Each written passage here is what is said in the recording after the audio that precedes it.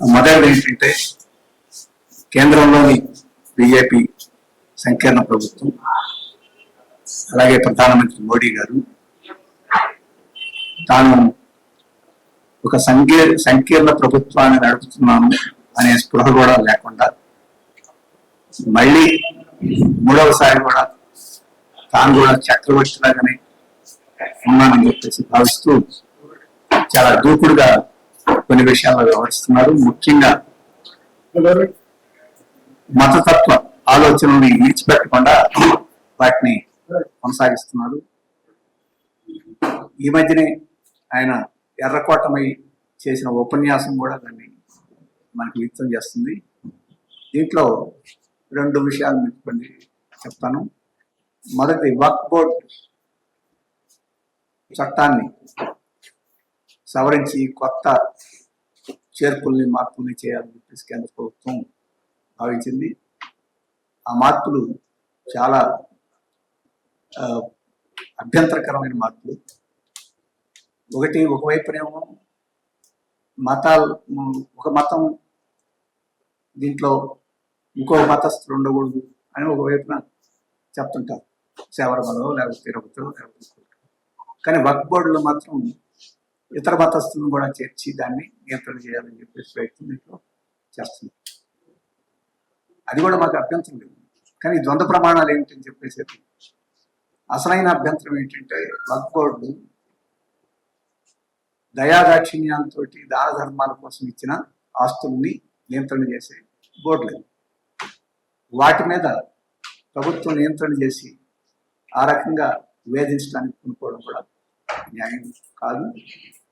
వాళ్ళ అంతర్గతంగా అవినీతి అటువంటి పాల్పడితే వాళ్ళు ఫిర్యాదులు వచ్చినప్పుడు అప్పుడు ప్రభుత్వం చట్టం ఏం చేయాలని ఆలోచించుకోవడం తప్ప దానికి వక్ఫ్ బోర్డును మార్చాల్సిన అవసరం లేదు.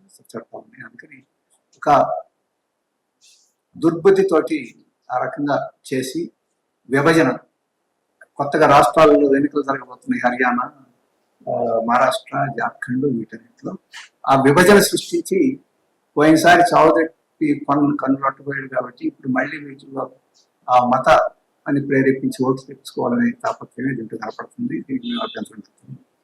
ఇక రెండవ విషయం, యూనిఫామ్ సివిల్ కోడ్ ఉన్నది. దాంట్లో ఇంకా లోపాలంటే మనం సవరించుకోవచ్చు. దాన్ని మనం కామన్ సివిల్ కోడ్ కూడా అంటాం. ఇప్పుడు ఆ కామన్ సివిల్ కోడ్ని ఇప్పుడు మోడీ గారు స్వయంగానే దాని కమ్యూనల్ సివిల్ కోడ్ అని ఒక మారు పేరు పెట్టారు. ఒక ప్రధానమంత్రి ఆ రకంగా దానికి పేరు పెట్టి మత దురభిప్రాయం రెచ్చగొట్టడానికి ఆయన కూడుకోవడం ఎవరో కింది స్థాయి వాళ్ళంటే అర్థం చేసుకోవచ్చు.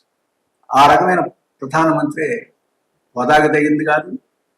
దేశాన్ని చీరుకు పోకుండా ఐక్యం చేయాల్సిన వ్యక్తి ఆయనే చేర్చడానికి కూడుకుని ఆ రకంగా చేస్తున్నాడు కమ్యూనల్ సివిల్ కోడ్ అని. అలాగే మేము ఈ uniform civil code, common civil code మార్చేస్తామని చెప్పి ఇప్పటికే ఉత్తరాఖండ్లో ఒక సివిల్ కోడ్ తీసుకొచ్చారు. అది ఎంత ప్రమాదకరంగా ఉందో మనం వ్యాఖ్యానాలు వచ్చి అటువంటి పద్ధతులు ఉండకూడదు.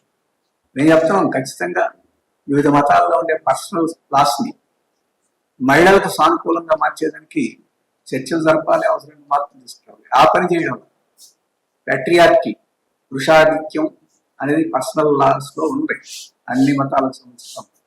ఆ మతంలో మహిళలు ఆ మతంలో ఉండే పురుషులతో సమానంగా చేసుకొస్తే ఆ తర్వాత అందరికీ సమానమైన వాటి గురించి ఆలోచించు. అది చేయకుండానే చేయడం అంటే మహిళలకి మేలు జరగదు, ఇతర మైనారిటీకి మేలు జరగదు. ఇప్పుడు ప్రభుత్వమే చెప్తుంది మేము గిరిజనుల జోలికి పోమని చెప్పేసి. మరి అటువంటి ప్రత్యేకమైన విభజనలు ఉన్నప్పుడు వాటన్నిటిని దృష్టిలో పెట్టుకుని వ్యవహరించాలి. ప్రభుత్వం అట్లా వ్యవహరించలేదు. తన స్వార్థ రాజకీయాలకి, ఓటు రాజకీయాలకి దీన్ని వాడుకుంటున్నారు. మేము అభ్యంతరం చెప్తున్నాం, తీవ్రంగా వ్యతిరేకిస్తున్నాం. ఇక రెండవ విషయం, కేంద్ర ప్రభుత్వం అగ్రి స్టాక్ అని చెప్పేసి ఒక మిషన్ని ప్రారంభించింది, ఒక పథకాన్ని ప్రారంభించింది. ఇది మన బడ్జెట్లో కూడా చెప్పారు. దానికి అనుగుణంగా ఇప్పుడు రాష్ట్రాల మీద ఒత్తిడి చేస్తుంది. ఈ అగ్రి స్టాక్ అంటే ఏమిటంటే, మనిషికి ఆధార్ కార్డు ఉన్నట్టు భూమికి ఒక ఐడి కార్డు ఇస్తారు. ప్రతి సర్వే నెంబర్లో ప్రతి ప్లాట్కి ఒక ఐడి కార్డు ఇస్తారు. దీనికోసం ఒకటి రైతుల రిజిస్ట్రీ తయారు చేస్తారు, రెండవది భూముల రిజిస్ట్రీ తయారు చేస్తారు, మూడవది ఈ భూమికి రైతుకి లింక్ పెడతారు. ఇదంతా కేంద్రంలో డిజిటైజ్ చేసి డిజిటల్ పోర్టల్లో పెడతారు. దీన్ని ఎవరైనా ఆ పోర్టల్లో నుంచి ఎక్కడ ఏంటి అనేది సదరు వ్యక్తి చూసుకోవచ్చు, బయట వాళ్ళు చూసుకోవచ్చు. ఇది ఉద్దేశం. ఈ ఉద్దేశం మనకి చాలా మంచిగా ఉందని చెప్పేసి అనిపిస్తుంది. కానీ దీంట్లో అంతర్లీనం ఏంటంటే ఈరోజు రైతులకు ప్రైవసీ ఉండదు. ఈ రైతుల డేటా అంతా ప్రపంచం అంతా ఎవరైనా చూసుకోవచ్చు. మల్టీనేషనల్ విత్తనాల కంపెనీలు చూసుకోవచ్చు, పురుగు మందుల కంపెనీలు చూసుకోవచ్చు, అడ్వర్టైజ్మెంట్ కంపెనీలు చూసుకోవచ్చు. రేపు ఇవన్నీ స్టాక్ అయిన తర్వాత మీరు పత్తి వేస్తే మీకు పత్తి అడ్వర్టైజ్మెంట్లు వస్తాయి మీ సెల్ ఫోన్లో. ఈ రూపంలో ఇవన్నీ వాళ్ళ లాభం కోసం రైతుల డేటాను సేకరించి వాళ్ళ లాభం కోసం ఇది తయారు చేస్తున్నారు మొదటి విషయం. రెండవది ఇవన్నీ ఏం చెప్తున్నారంటే కంక్లూజివ్ గ్యారంటీ టైటిల్ ఇస్తారని చెప్పేసి చెప్తున్నారు. అంటే ఇప్పుడు మీరు రిజిస్ట్రేషన్ చేసి రిజిస్ట్రేషన్ ఫామ్, డాక్యుమెంట్స్ ఇవన్నీ అవసరం లేకుండా పోర్టల్లో ఉన్నారంటే మీకు యజమాని చట్టబద్ధం అయిపోతుంది. కంక్లూజివ్ గ్యారంటీ టైటిల్ ఇవ్వడం కోసం ఇది చేస్తున్నాం. ఎందుకు ఇది? మీరు కంప్యూటర్లోనే అమ్మకాలు కొనుగోలు జరపడానికి ఇది ఉద్దేశించింది. అంటే ల్యాండ్ మార్కెట్స్ని అభివృద్ధి చేయడానికి, ల్యాండ్ అమ్మకాలు కొనుగోలుని పెంచేదానికి ఇది ఉద్దేశించింది.